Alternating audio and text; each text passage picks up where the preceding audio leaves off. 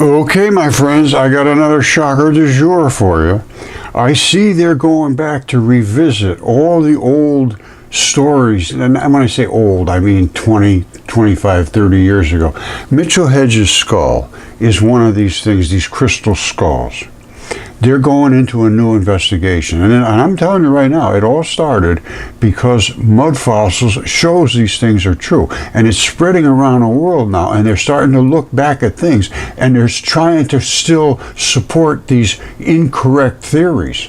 And I'll show you what I mean about these incorrect theories and the Mitchell-Hedges skull.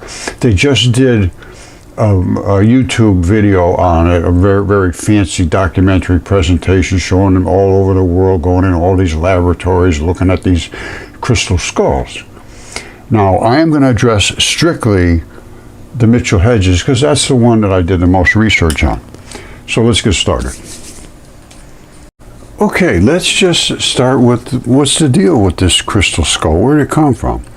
Well, it was discovered apparently by Anna Mitchell-Hedges in 1924. This is all disputed, and they really go against her, and they call it just a fake. It's just a fake. Now, this Bill Holman is the current caretaker and inheritor of the controversial Mitchell-Hedges skull. It was a source of inspiration for the Indiana Jones and the Kingdom of the Crystal Skull. The skull's authenticity heavily disputed. Tests suggesting it was made in the 1930s with modern tools rather than by ancient civilizations. Well, we're going to talk about that because I don't agree with that whatsoever. And I don't think you will either. I have evidence. I don't just go by... They're talking about modern tools. Well, let me show you something. There is no modern tool could do what was done. Now, he's the caretaker of her and travels the world to share his message. Now, I'd love to talk to him, because I can back him up. He's got the real thing there. Now, the existence was first revealed in the 1930s with discovery story considered by many to be a fabrication. It's just all lies, they say. And it goes on and on and on. But then the scientific tests, including X-rays, electron microscopes, found tool marks on the skull consistent with 19th, 20th century techniques using rotary tools and abrasives. All right, so this is according to Explorer's Web. All right, and they just make it the skull story being found in Belize in 1924 by Anna Mitchell-Hedges appears to be a story, as there are receipts showing the skull was purchased from a London art dealer in 1940s. I don't know what they did or where they came up with all this information, but all I do is material evidence. I'm going to show you this thing is no question whatsoever, 100% certainty. This is a real thing. Okay, anybody who knows anything about me knows I've studied the human body inside and out as deep as anybody's ever has.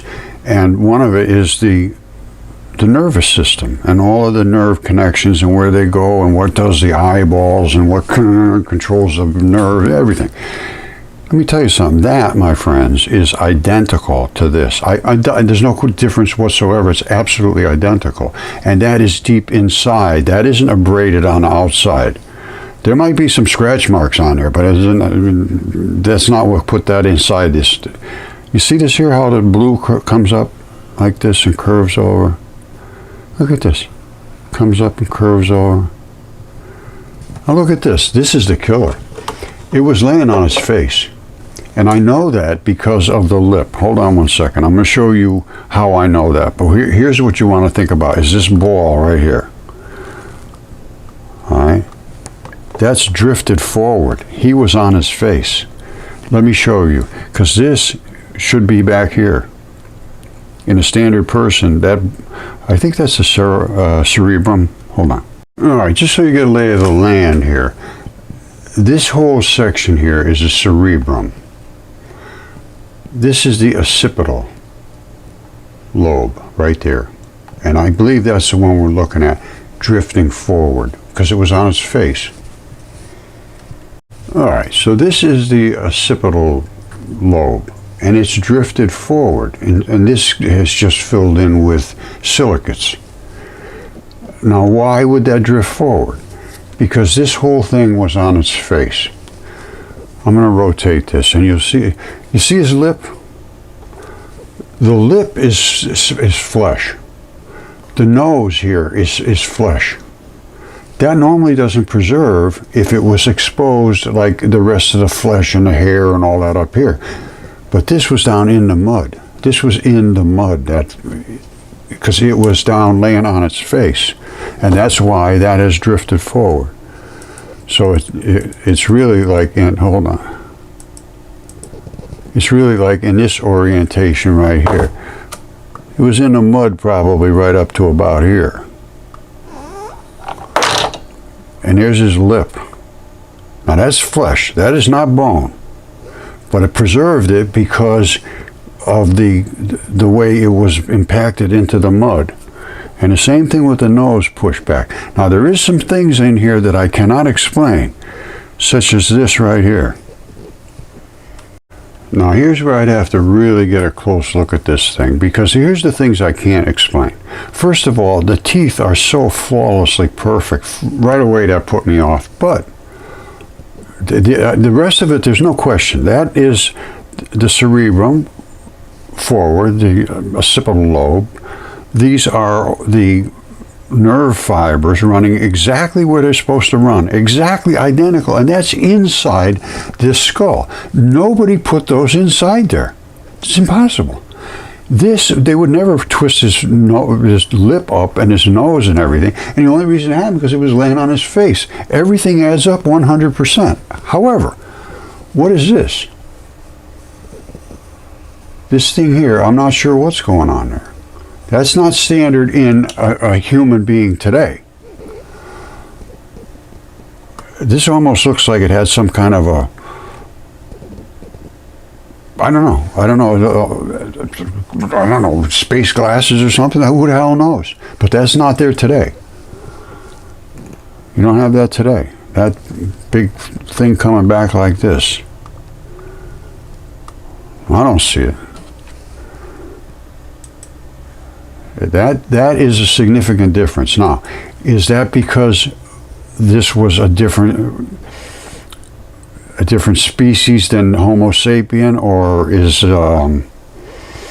that something additional that was on this guy's head when he died? Because I worked with Jim Burchell and Arlie Caudle down in Kentucky, quite a few years ago, more than 10. And they found a head as well. And I'm going to show you that one. That one preserved in mud. Here's the key. Anything can preserve into anything. It's called nucleophilic substitution and invasion.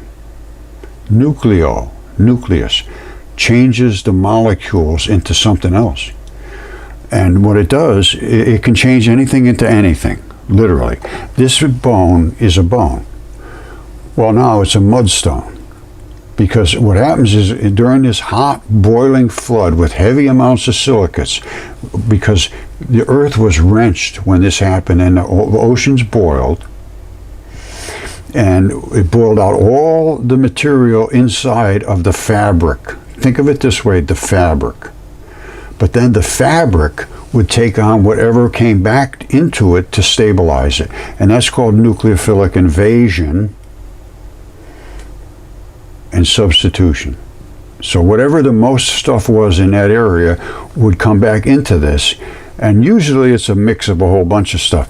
This particular case, I think I'm understanding now, because I just went through the study of the diamond, the second largest diamond was ever found, and I know what that was too. And that is a body part as well. It's a heart.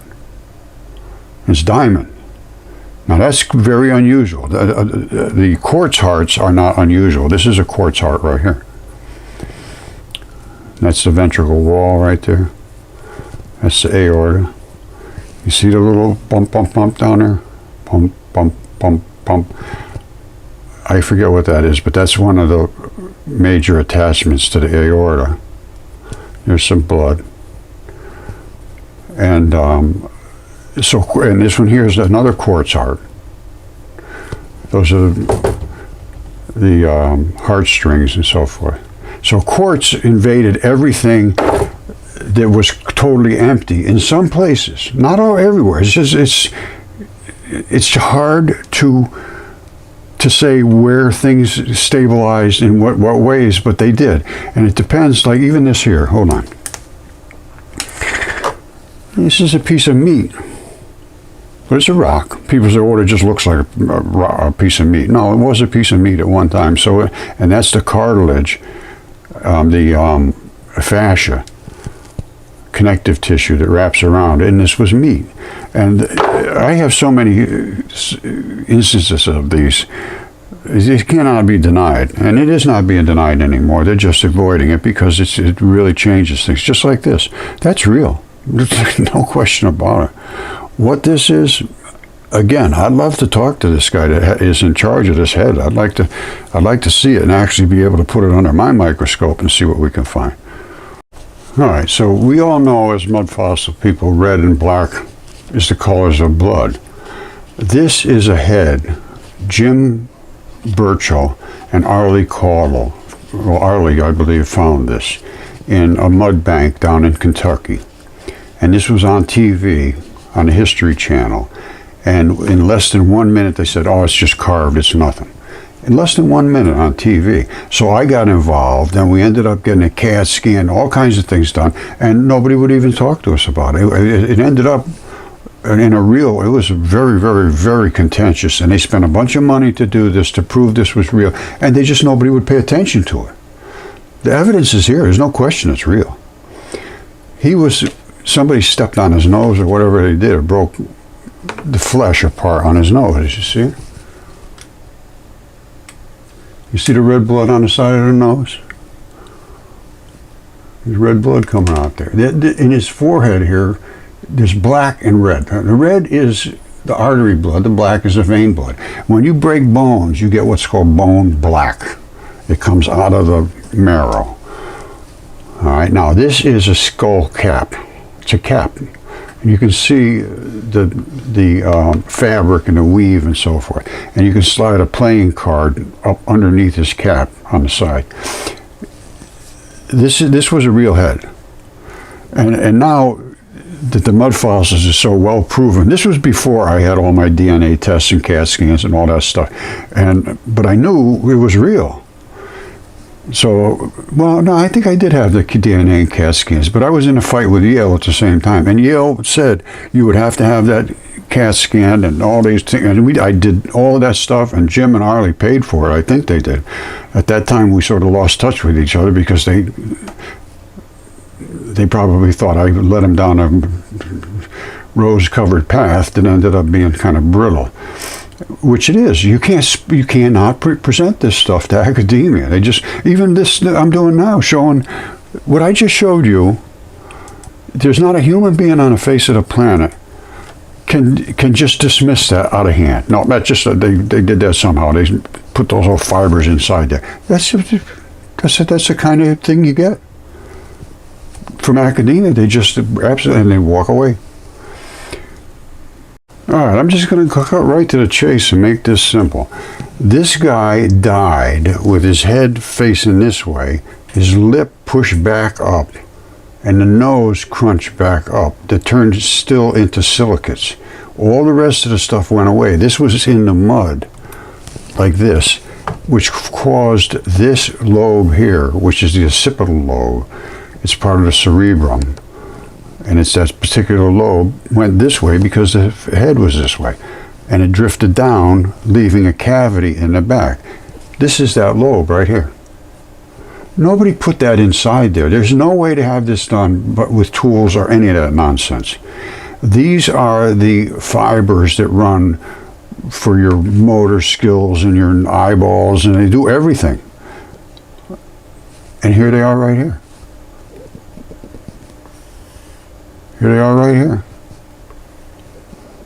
This is all exactly identical to what a brain is in a person today. That's today. Now this was found in 1924 by Anna Mitchell-Hedges. And there's virtually no question whatsoever, it's real. That's the lip pushed back, and that's because it was like this in the mud. When things are in mud and coated in mud, they will take on whatever this this material is invading here. And the mud will just stay on this side because of the fascia facility. It's a fascia. Fascia is the coating that coats all your organs, your brains, your muscles, your skin is fascia, all that stuff.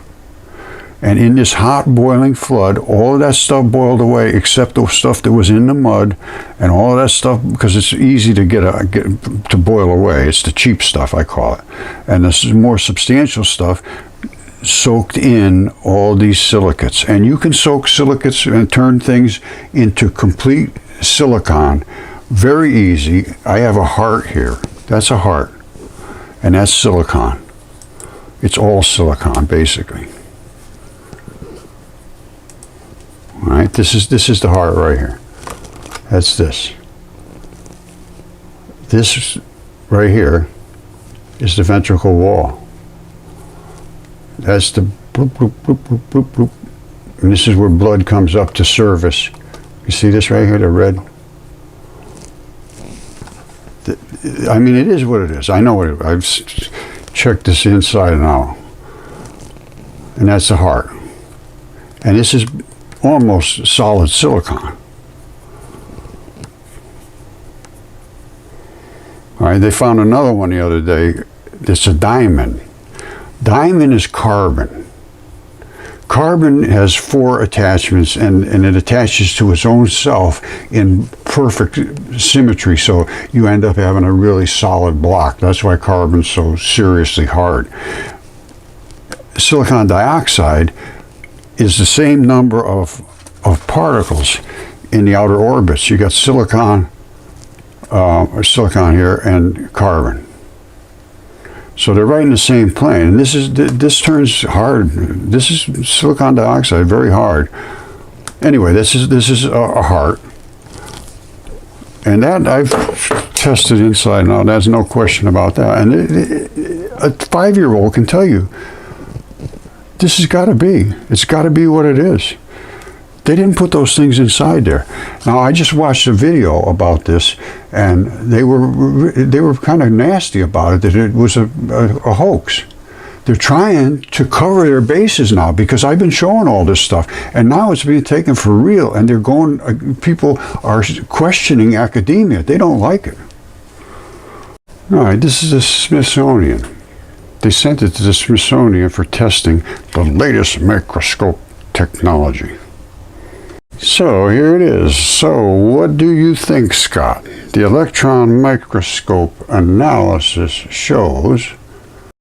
All right, so here they're going to show what they're going to call clearly defined tool marks. All right, clearly, cleanly, sharply defined. Now, let me explain something. I understand the fibers that make up the human body, and they are so tiny. This is an electron microscope, and they're seeing these little bits coming down. That doesn't mean they were ground off with something, an abrasive. Those are the actual fibers. They have no idea how many fibers there are in the human body. They're just lost when it comes to that stuff. All right, this is where they missed everything. They're seeing these little things here, these little fibers-looking things, which they are. They're fibers. They're not just scratched in there from an abrasive tool. Is what their conclusion is, that this is just made from some kind of abrasive tool.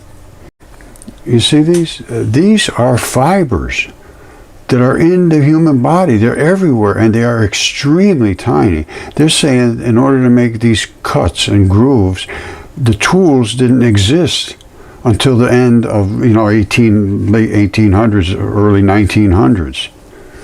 So it was probably done early in the 1900s. They're saying that they kind of mechanized tools. It could have even been dentists that made that, because those are the kind of tools they use to do this fine little perfect grinding there. There's so many fibers, you'd be there for 1,000,000 years.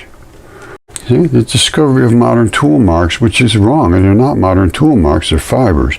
Powerful scientific evidence that Anna Hedges made up the story. See this? Mitchell-Hedges fabricated her story. There's nothing worse than to be denied truth by people that are so incompetent that they can't understand what they see. And this is what I have found. The denial of truth by the ones that are supposed to be the teachers and the academics and the ones that do the deep, deep thinking. They don't. They have a mindset, and whatever they can do to push that mindset, that's what happens.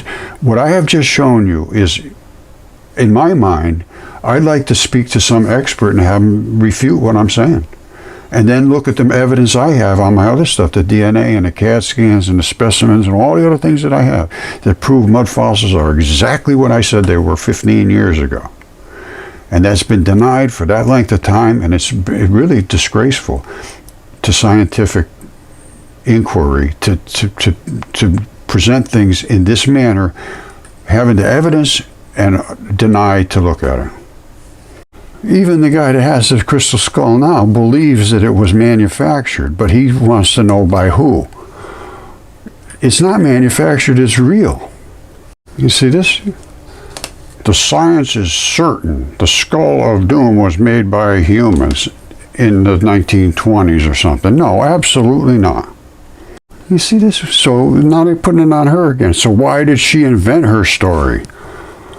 She didn't invent anything. These people that can't see what's in front of them are the ones that are, this is the problem. Oh, boy, I tell you, this infuriates me, the way they treat people that have evidence.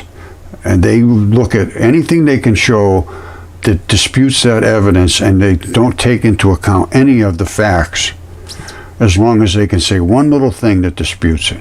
We saw a little scrape mark there. That means it had to be a new tool, did it? Here it is. So why did she invent her story? She didn't invent any story. You see this? She was probably extremely upset, and I wouldn't blame her. So she said, well, why did Anna Mitchell-Hedges invent her story and then continue to embellish it, make it sound more and more real? Well, it was real. That's why. That must have been a real tough life. 17 years old, she discovered this, and for the whole rest of her life until she died, they were calling her a fraud and all this stuff. So I believe Anna Mitchell-Hedges always believed what she said because she was crazy. That's the kind of stuff they put on people that actually make discoveries. You see this? Her father loved playing practical jokes on her. This guy here, he's Anthony Conforti. Well, I'd like to confront Conforti because he doesn't know what he's talking about either. These are the kind of arrogant little attitudes they get. Oh, this upsets me. I'm going to tell you right now, this upsets me. They're saying these things, these are crystal skulls, or specifically the Mitchell-Hedges, part of one of archaeology's greatest frauds. Okay, I claim I am the world's leading expert in soft tissue fossilization and giant geobiology. Now, this goes back 10 years ago. This is when I had a channel called Mud Space Fossils. It's still up here. I didn't even realize they kept it up here. I was blocked and all kinds of problems happened here. I got 560 views in 10 years. Now, I actually talked to the Russians about their sinkholes because I did this about the blue holes and the Russian holes in the same basically as Florida. But in addition to that, they had these huge, right here, see here? These giant craters were popping up. And I ended up actually talking to the Russians about this. I said, there's really nothing you can do. I said, it's being biodigested underneath here, and you're getting all your methane gases exploding out, and then once you release that pressure, all the other ones in that area are just going to sink in. And I think I know what's going on there. I don't remember if I told him, but I did tell him this is biodigesting, and there's really nothing you can do about it. And now I see there's some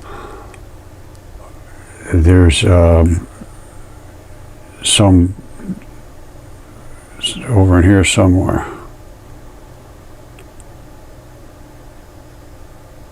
Oh, here it is right here. They're still looking at this right now.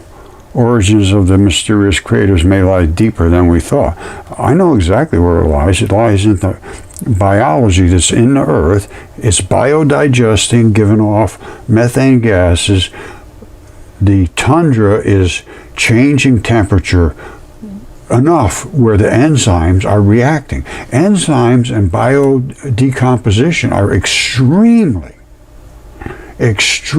temperature sensitive, and you know that. You take something out of the refrigerator, you put it on the counter, and it starts to decompose. You put it in the refrigerator, you're all right. You put it in the freezer, it'll stay there virtually forever. Well, this used to be freezers, now there's no more. It's like countertops now, and they're starting to decompose.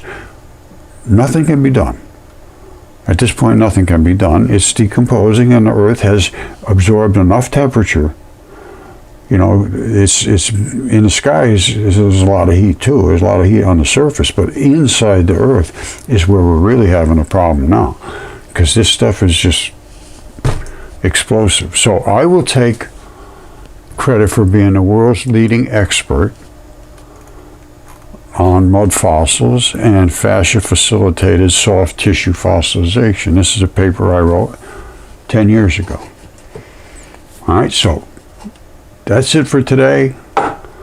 And Mitchell-Hedges skull is absolutely 100% certified by me.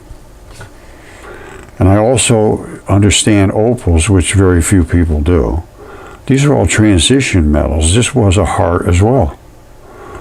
These are the ventricles, the valves of the heart. And these are the heart strings. This is the ventricle wall.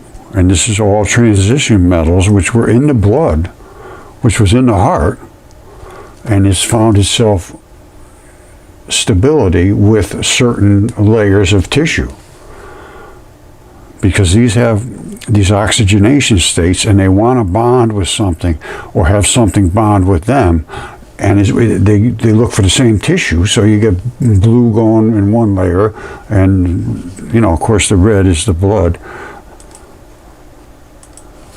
and that's why this is all basically the same color. It's the same tissue, and that same tissue became stabilized with the same transition metals.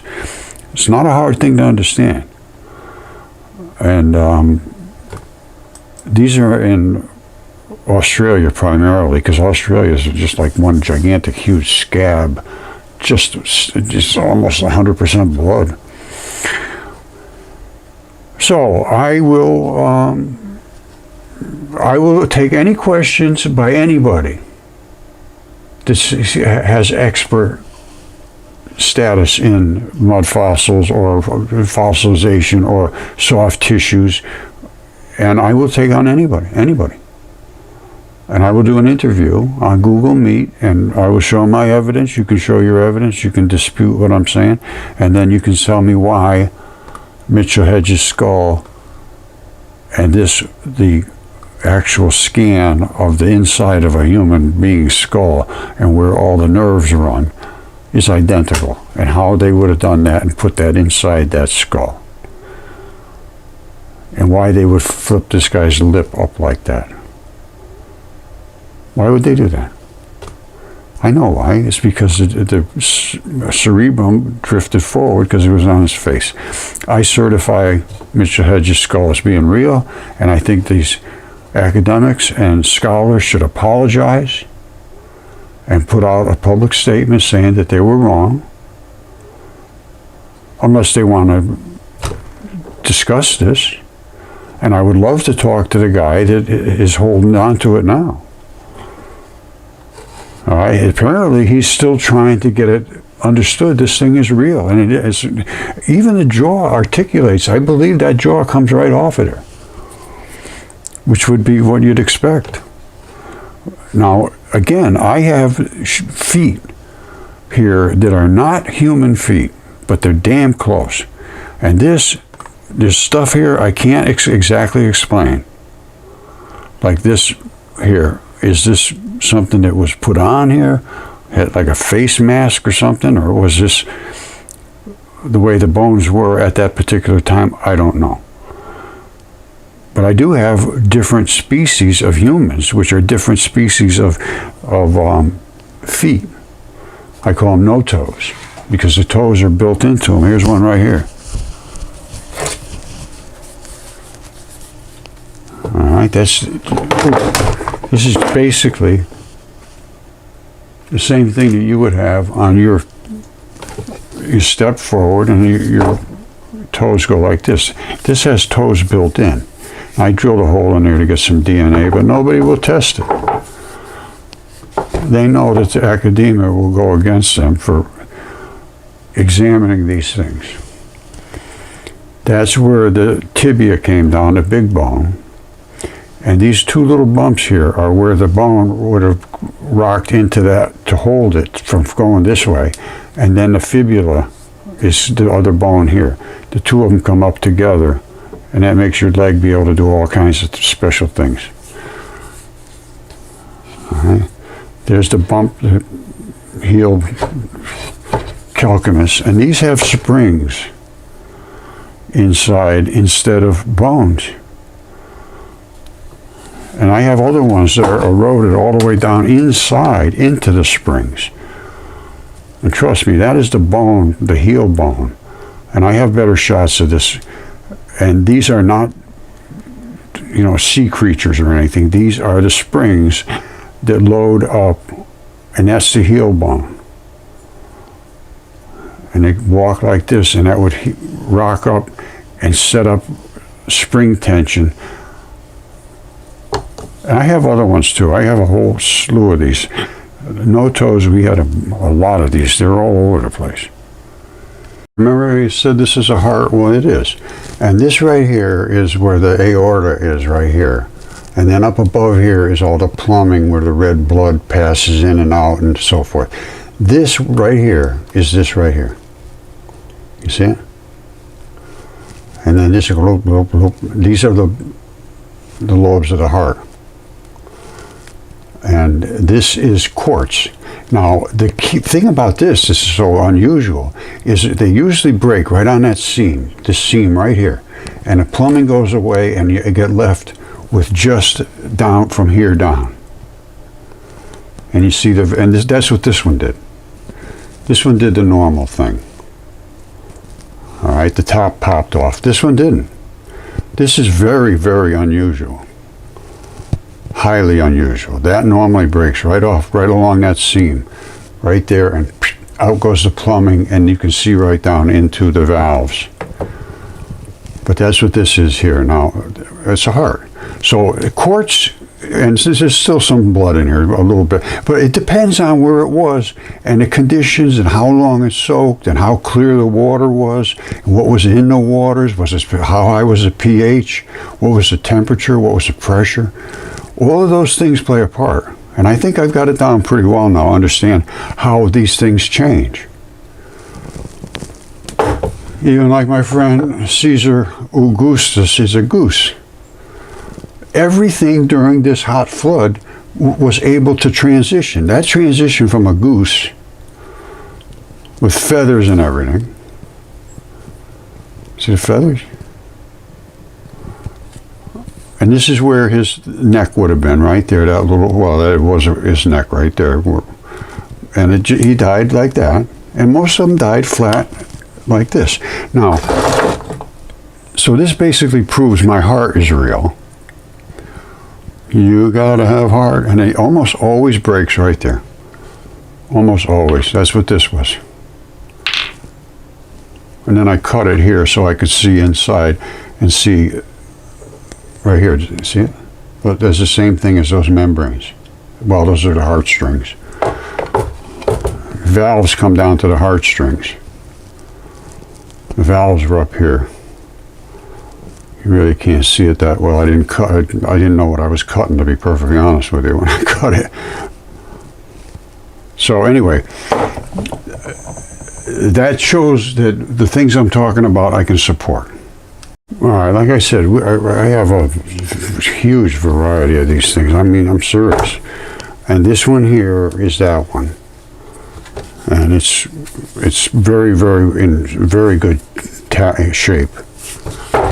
And this one is completely eroded, but you can see the heel bone and this strap. You see the strap? That would have run right up to the bone that was sitting in that cradle. These are springs, no bones, and those are not sea creatures or any of that nonsense. These are, there's another foot right there. These, I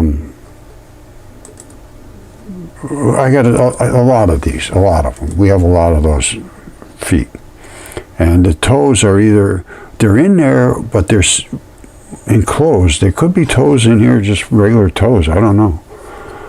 But see, they look like they're enclosed, and they rotted away or eroded away down into where you can actually see the toes are in there. Now, would this one do that? I don't know. I don't think so. Doesn't look like it to me. But I could be wrong. This one here is like rounded. You see how round that is? That's just a totally different, to my way of thinking, than these. These have that sort of a foot shape. So, but all of this stuff is real and needs to be examined. And I have the giants. You can laugh all you want, but it's true. That's a muscle attaches right there to this hair follicle. That right there is the sebaceous gland. That's the hair shaft going up. This is the root coming down.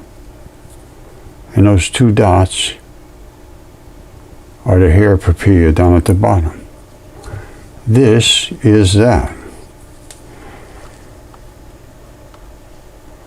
Double vision.